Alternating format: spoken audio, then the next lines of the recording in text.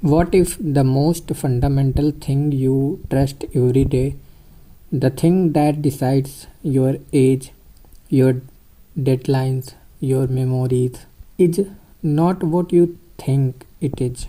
What if time itself is not flowing at all? We say it so casually. Where did the last year go? Why does waiting feel endless? How did this moment pass so quickly?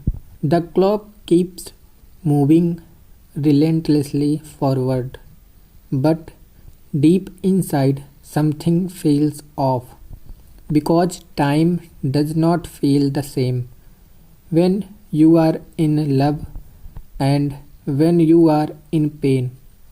It does not move the same in silence as it does in fear. We must ask the uncomfortable question: is time a river we are moving through, or is it something the mind quietly builds around us?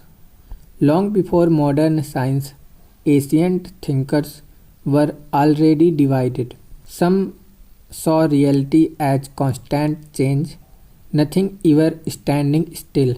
Others claimed that change itself is a illusion, that beneath appearance, existence is timeless and unmoving.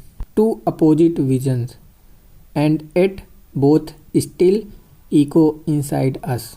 Because one hand everything changes, your body, your thoughts, the world you recognize, and on the other, there are moments so still, so complete, that time seems to vanish entirely. Now look closer at the universe, but at your own mind.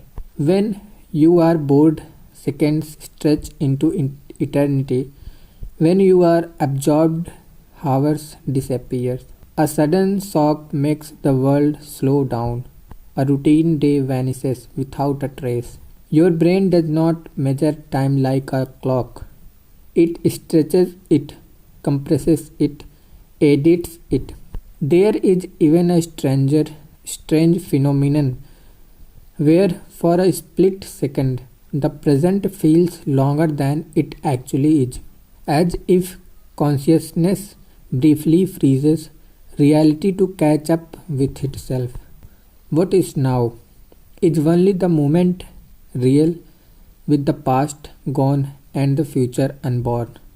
Or do all moments exist together, with your life already laid out like a complete landscape? Modern physics complicates the mystery even further. Time bends, slows down, speeds up, depending on moving, motion, gravity, perspective. In this view, time is not a universal drumbeat. It's woven into the structure of space itself. Some stories, some theories suggest something even more unsettling, that past, present, and future all exist simultaneously. That what you call the flow of time is simply your consciousness moving through a timeless whole. If that's true, then the future is already there, and the past has never truly left. Where does that leave you? Perhaps time is not something you are trapped inside. Perhaps it is something your consciousness, continuously creates. Memory builds the past, expectation builds the future, attention builds the present. Your now is not a point on a cosmic clock. It is a living construction, rebuilt every moment. Different cultures live in the time differently. Some chase it, some surrender it to it, some circle around it instead of moving forward. And maybe that tells us something profound. Time is not just physical, it is psychological, cultural, personal, which means your relationships with time is not fixed. When you are fully present, time loosens its grip. When you are lost in regret or anxiety, time becomes a prison. Mindfulness is not about escaping time, it is about reclaiming authorship over it. Not being dragged by past memories, not being haunted by future projections, but standing completely here. And if time itself is a construction, then what else about reality might be?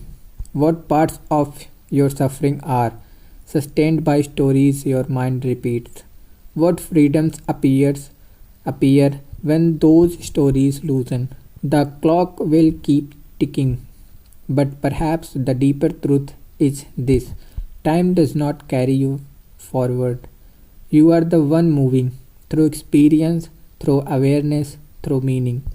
And once you see that, you may never experience a single moment the same way again. Thank you.